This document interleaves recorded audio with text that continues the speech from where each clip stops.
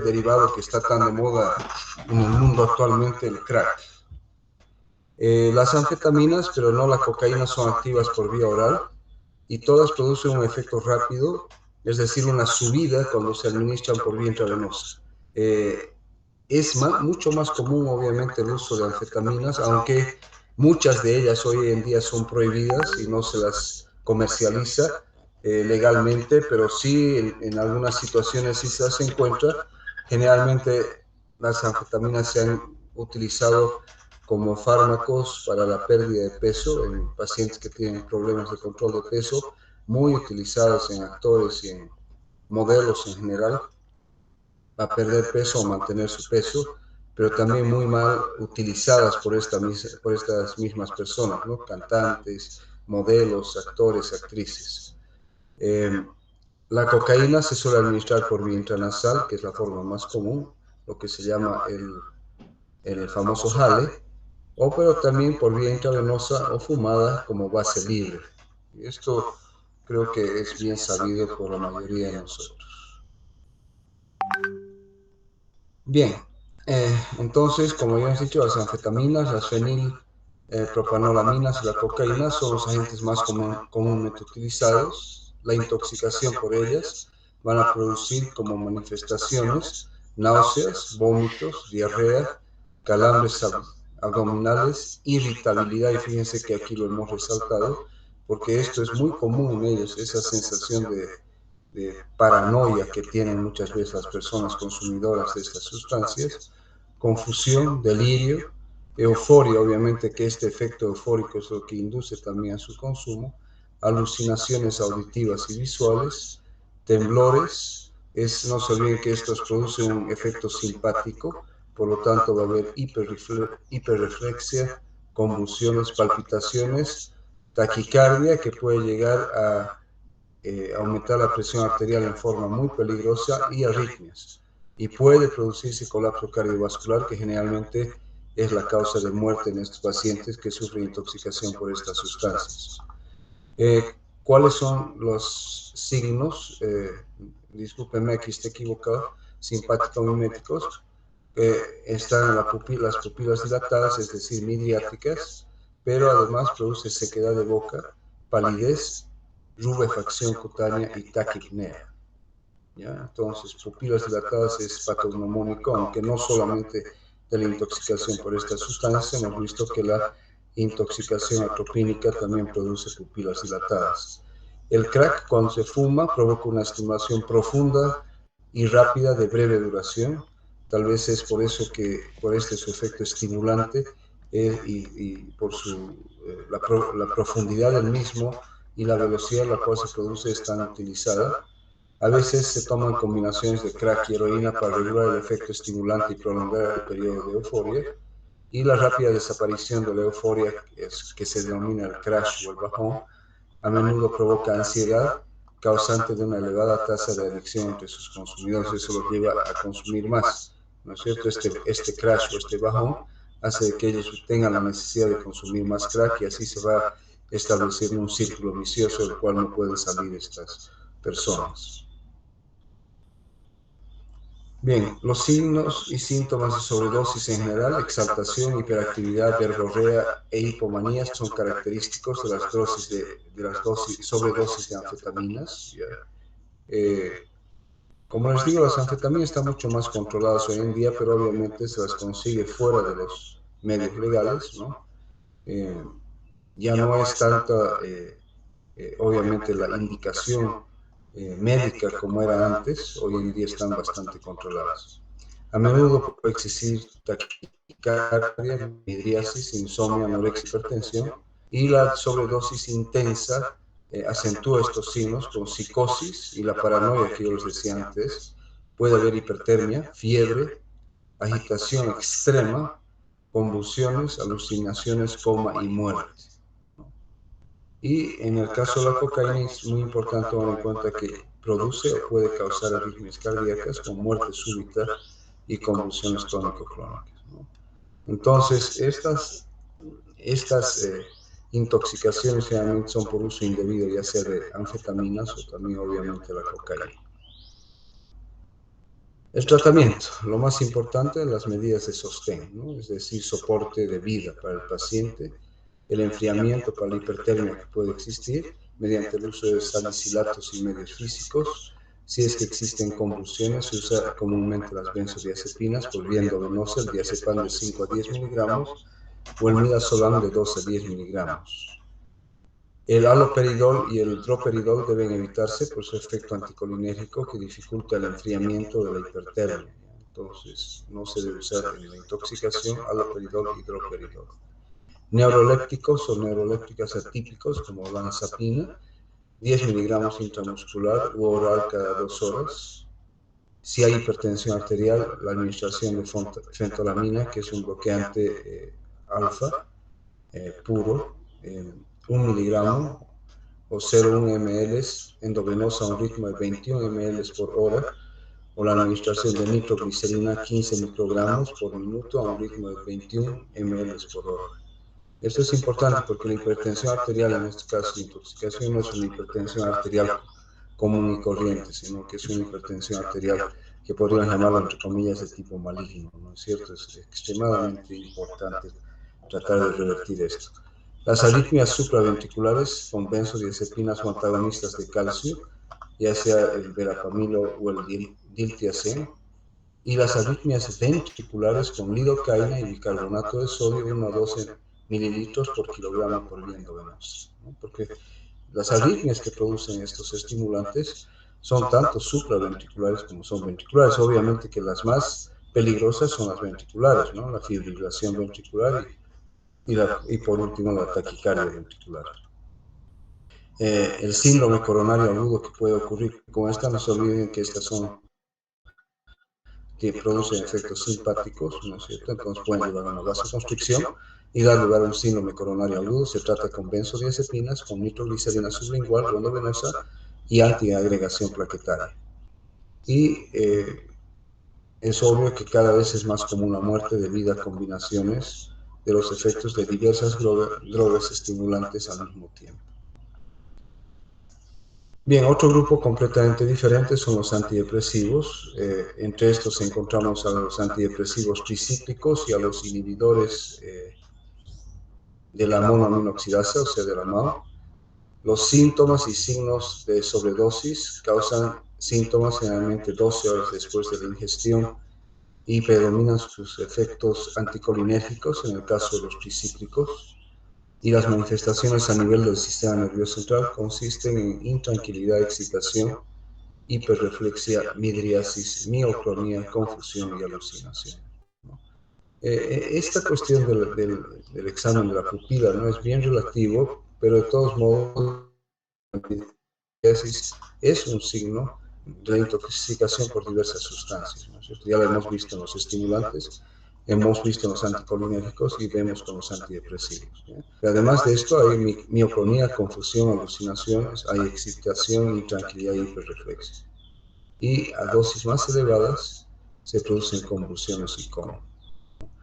En el caso de sobredosis de los inhibidores de la monoaminoxidasa es posible que sus efectos máximos no se produzcan hasta pasadas 24 horas. Entonces, fíjense que en el caso de los tricíclicos son 12 horas después y de los inhibidores de la MAO es hasta 24 horas después, es decir, tienen un efecto tóxico retardado, ¿no es cierto?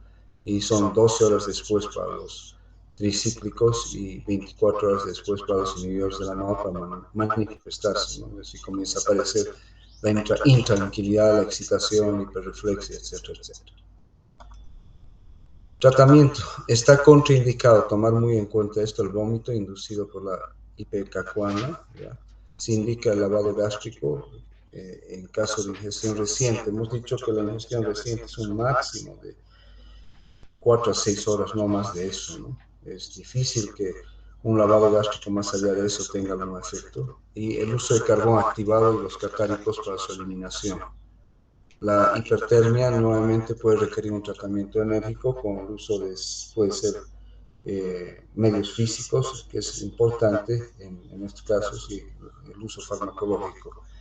Todo depende del estado de conciencia del paciente, ¿no es cierto?, para la utilización de salicilatos o no. No existe un antídoto específico para cada forma de antidepresivo, sino que el tratamiento debe ser similar para todos ellos.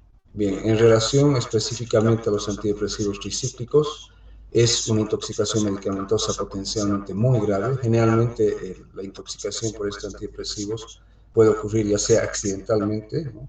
Porque es difícil que la sobremedicación controlada produzca efectos tóxicos, entonces puede ser accidentalmente o puede ser por intento suicida, ¿no? La dosis tóxica es de 10 a 20 miligramos por kilogramo, quiere decir de 700 a 1.4 gramos o 1.400 miligramos del fármaco. A partir de 20 miligramos por kilogramo, la dosis es potencialmente mortal, ¿no? Entonces estamos diciendo que la dosis tóxica va de 10 a 20 y a partir de 20 es potencialmente normal. Generalmente el cuadro clínico se presenta como un coma superficial con clínica anticolinérgica, ¿no? Boca seca, midriasis, etc. Convulsiones y hallazgos en el electrocardiograma compatibles con esta intoxicación. Puede haber hipotensión, taquicardia sinusal, pueden presentarse inclusive arritmias graves. Y lo que predomina, hemos dicho, es el síndrome anticolinérgico. Y a nivel del sistema nervioso central puede haber desorientación, agitación, delirio, convulsiones y puede llegarse inclusive al coma, ¿no es cierto? Y luego a la muerte. Bien, ¿cuál es el tratamiento para los antidepresivos tricíclicos? Soporte vital, soporte de vida con oxígeno y suero glucosado. Si se produce arritmia ventricular, utilizar lidocaína en bolo endovenoso de 1 miligramo por kilogramo y perfusión continua luego de 3 miligramos por kilogramo por hora. Inducir el vómito si no está nubilado o si no pasar al lavado gástrico y la aspiración gástrica. El uso de carbón activado con el vaciado gástrico respectivo. Si se producen convulsiones, recuerden siempre que el diazepam, que es un benzodiazepínico, está entre los mejores anticonvulsionantes. Se puede utilizar en dosis de 10 miligramos, 5 a 10 miligramos por vía endovenosa en 100 ml de suero fisiológico, pasar en 10 minutos. Y si fuese necesario, inclusive derivar a la unidad de terapia intensiva, o sea, de cuidados intensivos, incluso en pacientes asintomáticos, ¿sí? Y tomar en cuenta que la taquicardia sinusal es criterio de ingreso. Es decir, si el paciente comienza a presentar una taquicardia de tipo sinusal, es decir, controlada por el marcapaso anatómico del cuerpo, entonces hay una taquicardia sinusal, es criterio de ingreso, y la evaluación psiquiátrica es urgente, ¿no es cierto? Eso es decir, generalmente estas intoxicaciones por antidepresivos tricíclicos se produce accidentalmente o con intento suicida, ¿no? Difícil que se sobredosifique, a no ser que se haya dejado al paciente que utilice estos fármacos acceso libre al fármaco. Los fármacos antiarrítmicos, ¿ya? La ingestión aguda de más del doble de la dosis diaria habitual es potencialmente tóxica. Fíjense que dentro de los antiarrítmicos, entonces el margen de seguridad es muy bajo. Y por eso decimos que solamente el doble de la dosis normal ya puede dar, de la dosis habitual diaria, puede dar lugar a manifestaciones tóxicas, que consisten en náuseas, vómitos, diarrea, letargo, confusión, ataxia, bradicardia, arritmias, hipotensión y colapso cardiovascular. Entonces, fíjense de que una dosis doble de la normal ya puede haber esto, ¿no es cierto?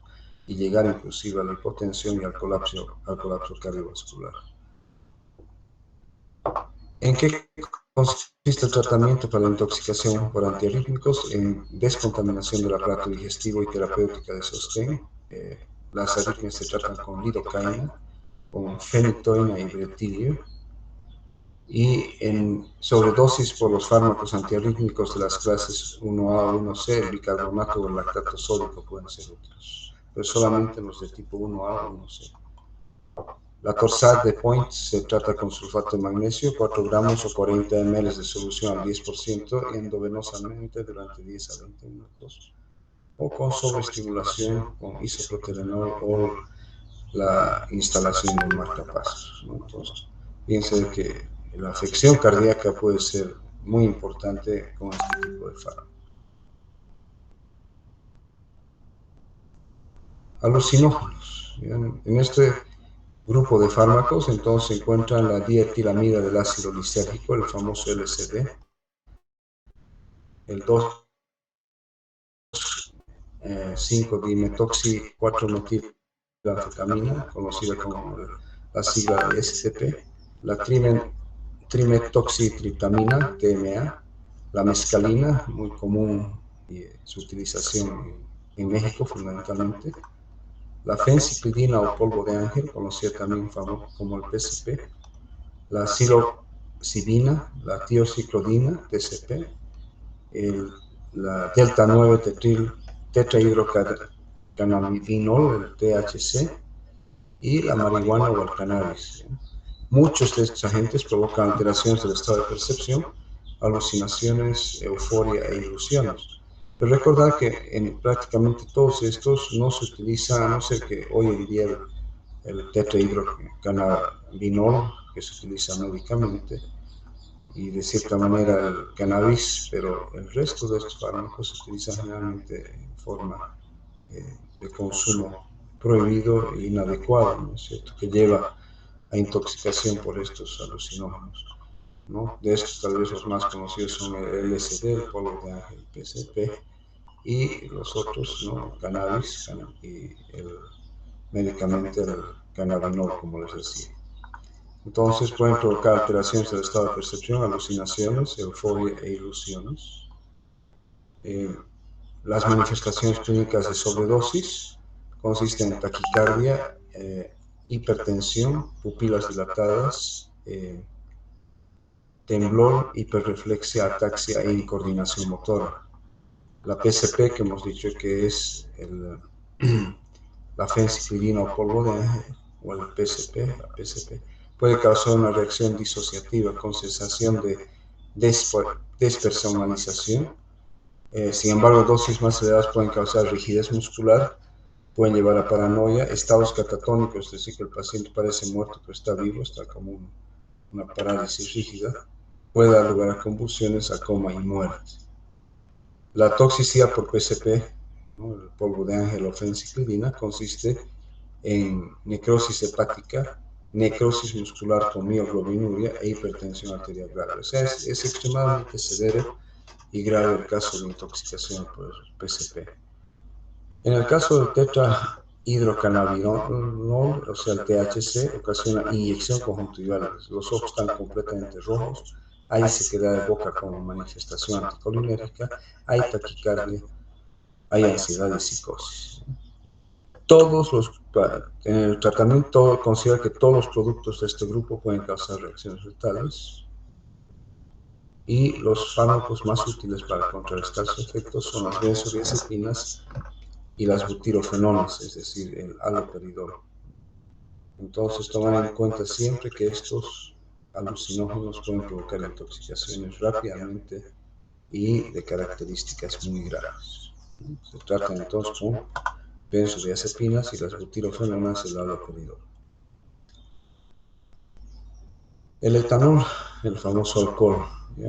Generalmente el diagnóstico de la intoxicación es de tipo clínico. Se debe siempre descartar la hipoglicemia y el traumatismo craneal porque pueden simular un estado de intoxicación por etanol. Las dosis tóxicas son de 5 gramos por kilogramo de etanol en el adulto y de 3 gramos por kilogramo de etanol en el niño. Y recordando cómo las dosis van afectando a la persona, con 0,05 gramos se produce una disminución de las inhibiciones, es decir, la fase que la persona se pone alegre, comienza a hablar, se desinhibe.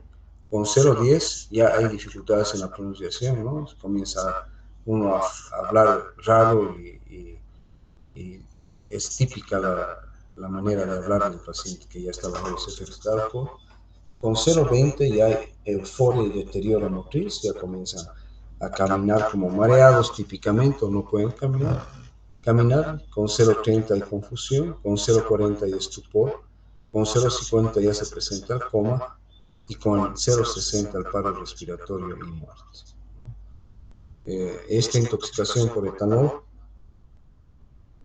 se da porque ustedes ya han visto en la parte farmacocinética de que utiliza una cinética de eliminación de orden cero el etanol, es decir, que es una cinética saturada, y que el hígado en el promedio de las personas tiene la capacidad de metabolizar solamente una dosis de cualquier trago, una dosis de whisky, una dosis de vino, de cerveza, etcétera, por hora en general, y que cuando se excede la capacidad metabólica del hígado para metabolizar etanol, es decir, que en vez de tomarte un trago por hora, te estás tomando 10 tragos por hora, entonces obviamente la eliminación del mismo se satura y lleva entonces a deterioro de las funciones normales y por último lleva a la intoxicación severa con confusión, estupor, coma, paro respiratorio y muerte, ¿no es cierto?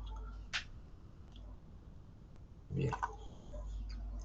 ¿Qué se debe hacer? La monitorización de la vía aérea y la parte hemodinámica del paciente.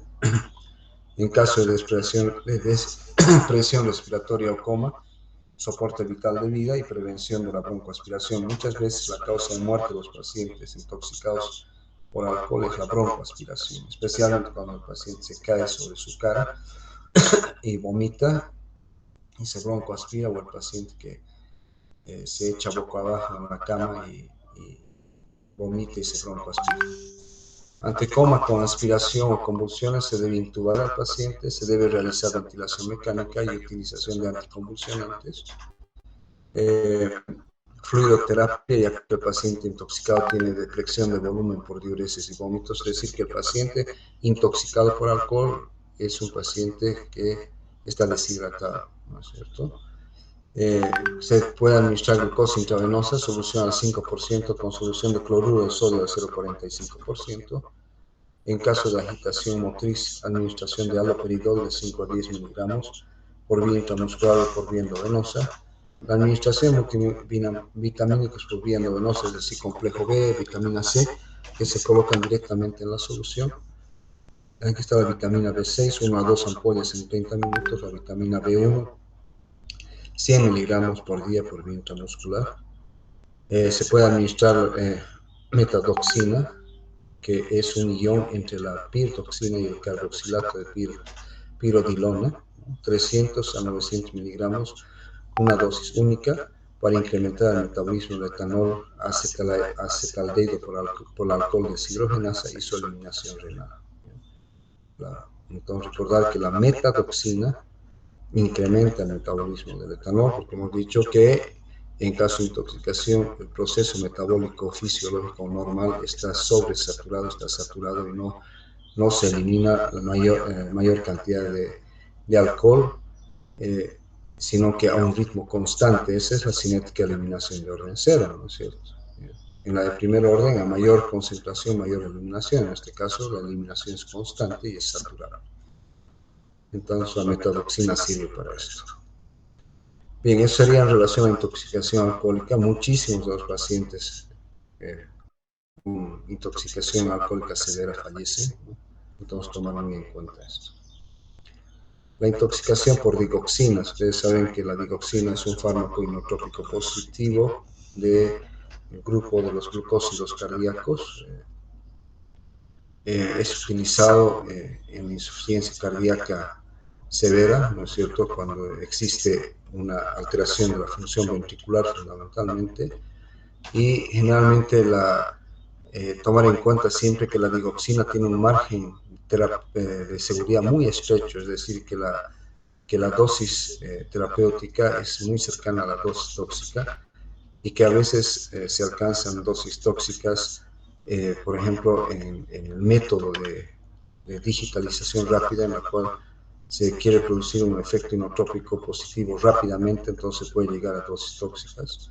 O también puede haber intoxicaciones accidentales y a veces inclusive en intoxicaciones con intentos suicidas que se utilizan la digoxina. En el caso de hiperpotasemia se trata esta con cayexalato, que es un poliestireno de sulfato de sodio, y otras resinas de intercambio iónico. Se puede utilizar insulina y glucosa. y puede necesitarse atropina y estimulación eléctrica. Entonces, la intoxicación por digoxina es generalmente de tipo accidental, pero hay casos en los cuales puede ocurrir en forma de intento de suicida, y siempre recordar esto de que la digoxina tiene un margen terapéutico muy estrecho que puede alcanzar rápidamente y fácilmente las dosis tóxicas. Bien, tratamiento. Existen anticuerpos, ¿ya? Para el tratamiento de la intoxicación aguda existen anticuerpos antiglucosídicos cardíacos. La dosificación es de que vienen en viales de 40 miligramos y se calcula dividiendo la dosis ingerida de digoxina en miligramos entre 0,6 miligramos del vial de los anticuerpos, ¿ya? Si se desconocen las dosis ingeridas y los niveles séricos, se debe administrar de 5 a 10 viales en el adulto. Estos anticuerpos pueden unirse a las drogas en el suero y el líquido extracelular y redistribuir la droga fuera de los tejidos, incluyendo los tejidos blancos para la intoxicación, que obviamente es el músculo cardíaco, ¿no? Los fragmentos que se conocen con el nombre de fragmento FAB de 50 kilodaltons son usados en vez que el de 150 kilodaltons. Se puede utilizar la inmunoglobulina G intacta, que es menos inmunogénica y puede ser excretada junto a la droga unida a ella en la orina. Y estos anticuerpos que se utilizan, los anticuerpos antidigoxina FAB, son producidos en ovejas. Son usados clínicamente para el tratamiento de sobredosis de digoxina y se tienen que administrar rápidamente. Entonces, los anticuerpos FAB son utilizados para el tratamiento de la intoxicación por digoxina. Bien, aquí vamos a ver algunos cuadros, ¿no?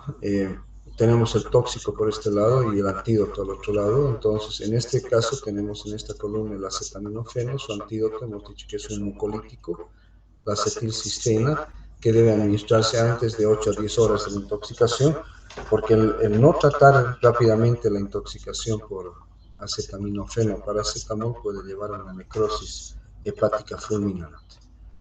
Los inhibidores de la colinesterasa, que son los organofosforados generalmente, se tratan con la atropina, que es un anticolinérgico. Sin embargo, recordar aquí que la atropina tiene más un efecto antimuscarínico y que para el tratamiento de los efectos nicotínicos de estos se debe utilizar los regeneradores de la acetilcolinesterasa, que son las oximas, o sea, la pralidoxina. Las drogas cardiotóxicas, quinidina, antidepresivos tricíclicos, se debe utilizar como antídoto al bicarbonato de sodio. En el caso de intoxicación por flúor y bloqueadores de los canales de calcio, el antídoto es el calcio. En el caso de las sales de hierro, la deferoxamina, que ya la hemos visto. Entonces, en el caso de las digoxina y glucósidos cardíacos, los anticuerpos antidigoxina. En el caso de intoxicación por, aquí está mal, por cafeína, no es cefeína, es cafeína, por teofilina y simpático mimético, se puede utilizar el Smolol, que hemos dicho que es un bloqueante beta selectivo. En el caso de intoxicación por metanol o etilenglicol, se debe utilizar el etanol para que desplace al metanol de la unión con el sitio blanco, y también el fomipizole, que se utiliza en la intoxicación de estas sustancias. En el caso de intoxicación por benzodiazepinas, que hemos dicho que son sedantes hipnóticos, y el zolpidem, se debe utilizar el flumazenil, pero recordar que el flumazenil puede desencadenar convulsiones. En el caso de intoxicaciones por bloqueantes beta-adrenérgicos, el uso de glucagón. En el caso de hipoglicemiantes, obviamente que se debe utilizar la glucosa. Aquí el punto álgido es saber si es una intoxicación que da manifestaciones hipoglicémicas o hiperglicémicas, ¿no es cierto? En el caso del cianuro, la hidroxicobalamina. En el caso de analgésicos opioides, cualquier antagonista opioide como la naloxona. En el caso de intoxicación con monóxido de carbono, el oxígeno, inclusive el oxígeno hiperbárico. En el caso de bloqueantes muscarínicos, la fisostigmina. Esto a veces es cuestionado, el uso de fisostigmina, pero se continúa manteniendo dentro de algunos esquemas terapéuticos.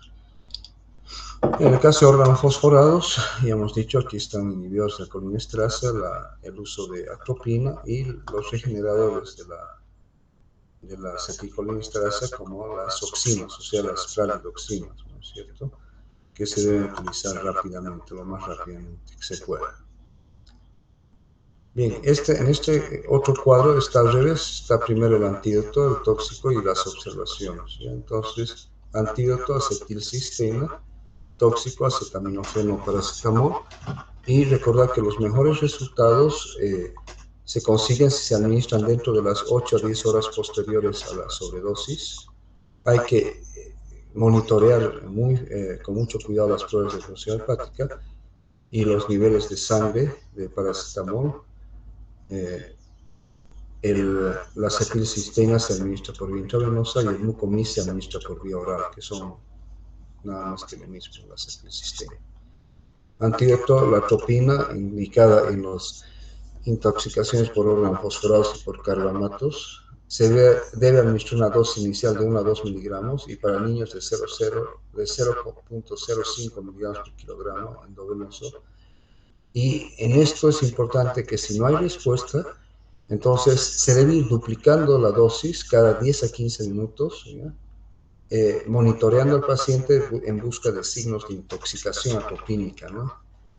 Ahí vemos de que el paciente debe presentar una disminución de la respiración sibilante, una disminución de las secreciones pulmonares como puntos finales terapéuticos, y un signo patognomónico de intoxicación es la midriasis, pero con cicloplegia del ojo, ¿no es cierto?, además de la sequedad de la boca.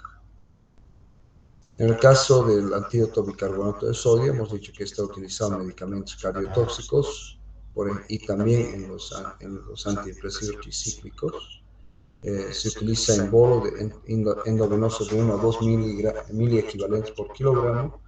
Generalmente revierte los efectos cardiotóxicos cuando existe un QRS ancho y hipotensión, y se debe dar con cuidado en pacientes con insuficiencia cardíaca y evitar la sobrecarga del mismo, porque va a provocar alteraciones electrolíticas, ¿no es cierto?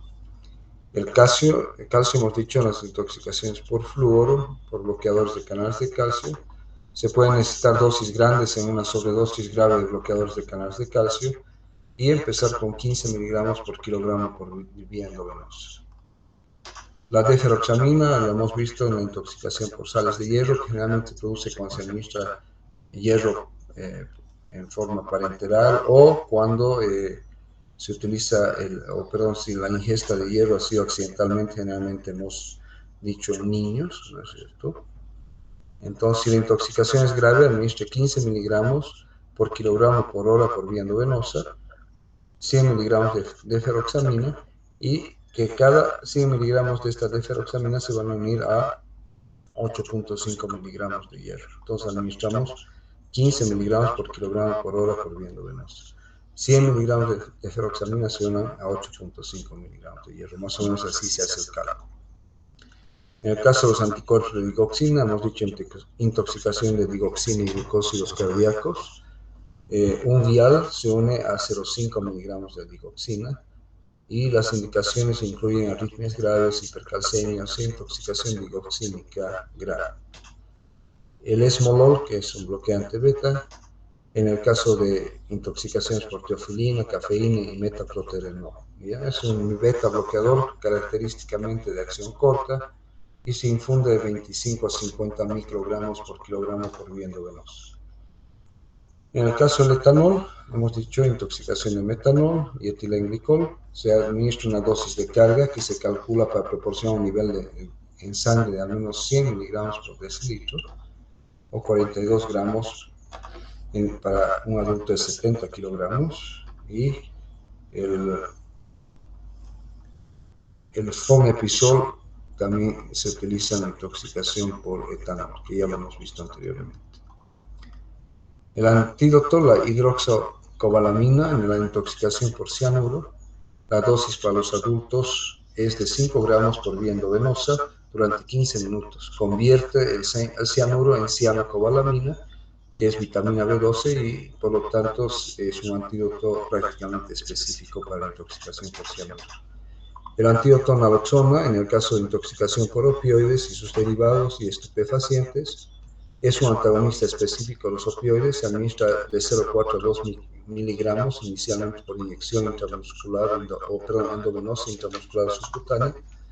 Se pueden necesitar de dosis más grandes para revertir los efectos de una sobredosis con derivados de propoxifeno, codeína o fentanilo, y la duración de acción es de 2 a 3 horas y puede ser significativamente más corta que la del opioide, o sea que antagoniza el efecto del opioide y hay que administrar la dosis varias veces al día. En el caso del oxígeno, el tóxico es el monóxido de carbono.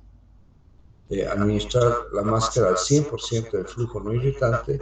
El uso de la cámara hiperbárica es controvertido, pero está considerado, pero a menudo se recomienda entonces para intoxicaciones severas. Entonces, monóxido de carbono, oxígeno y para desplazar, ¿no?, a la methemoglobina. La fisostigmina sugerida para el delirio causado por agentes anticolinérgicos. Hemos dicho que controvertido su uso, pero en algunos esquemas de tratamiento de intoxicación por anticolinérgicos como la atropina, se indica la fisostigmina.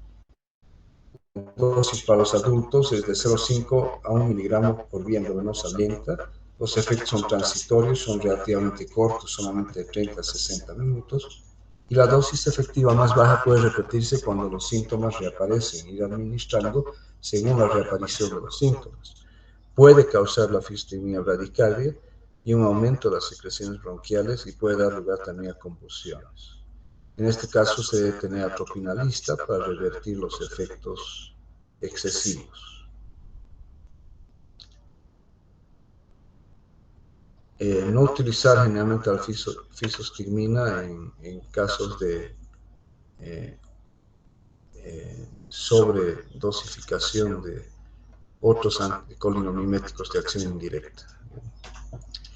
La pralidoxima, en las intoxicaciones por organofosforados e inhibidores de la colinesterasa, la dosis para los adultos es de un gramo endovenosa que debe repetirse cada 3 a 4 horas, según sea necesario, preferiblemente como una infusión constante, que yo creo que es mejor, de 250 por 400 miligramos por hora. La dosis pediátrica es de aproximadamente 250 miligramos por hora, sin beneficio probado en intoxicación por carbamatos. Esto es solamente para organofosforados.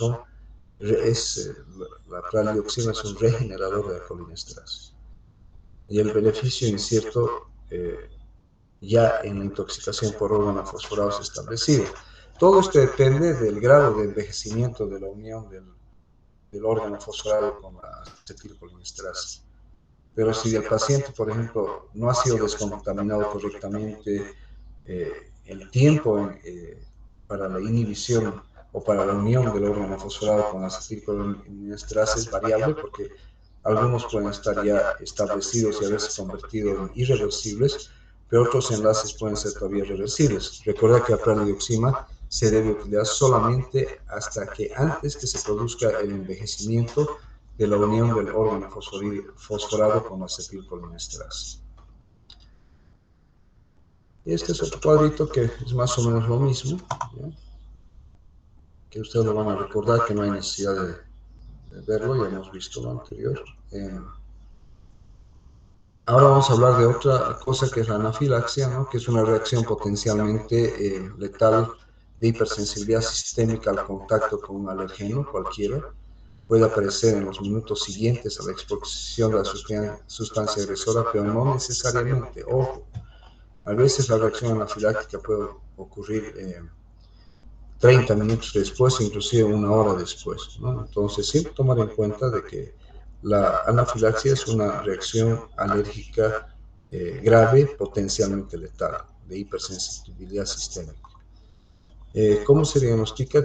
Mediante una historia de exposición a la sustancia agresora con la aparición subsiguiente al complejo característico de signos y síntomas. Hay dificultad respiratoria, prurito, urticaria, hinchazón de las mucosas, trastornos digestivos con náuseas, vómitos, dolor y diarrea y colapso vascular. Y a nivel respiratorio, edema de mucosas, estridor, sibilancias, obstrucción respiratoria, cardiovasculares con taquicardia y hipotensión, y cutáneas con prurito, urticaria o angioedema. Y como yo les decía, el tiempo de comienzo es variable, ¿ya? Puede ser segundos, minutos o media hora o una hora inclusive. ¿Ya? No, obviamente que la forma más común es de que ocurra rápidamente.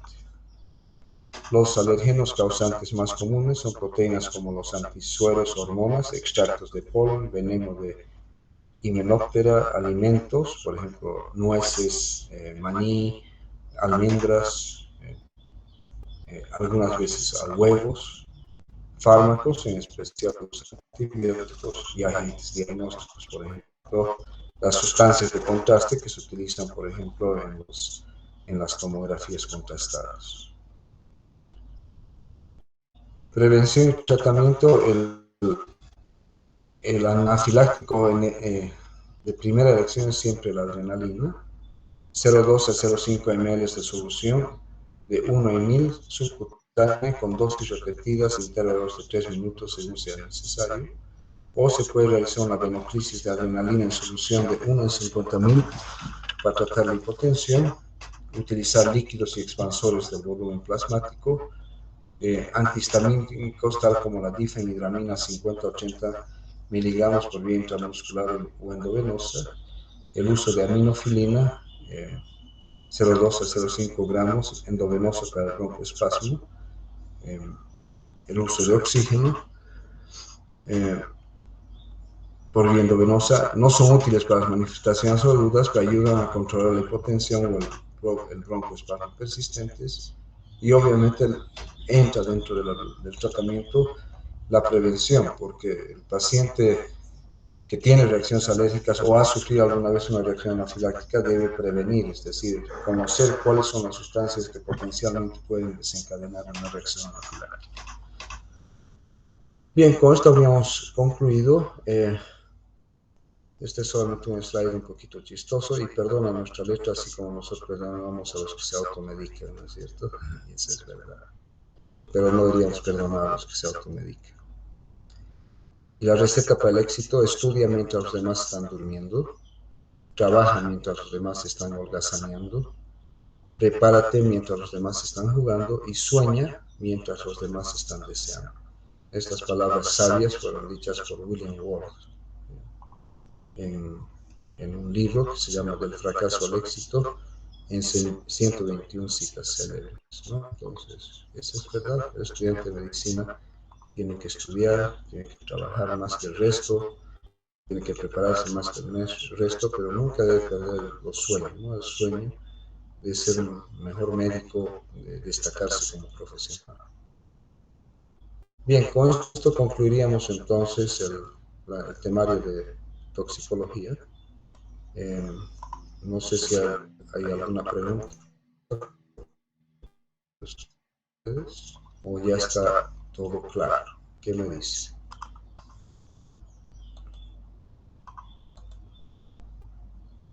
¿Alguna pregunta o ha estado todo claro? Creo que ha quedado todo claro, doctor. Muchas gracias. Les voy a subir yo los slides, voy a corregir algunos errorcitos que he notado en algunos de ellos. Y en la tarde, yo creo que hasta la tarde ya les subo el material, y por eso habríamos concluido el temario que me corresponde este año a mí. Y continuarían el día de mañana con los temas finales, que ustedes saben que las clases teóricas concluyen el 9 de noviembre. ¿Listo?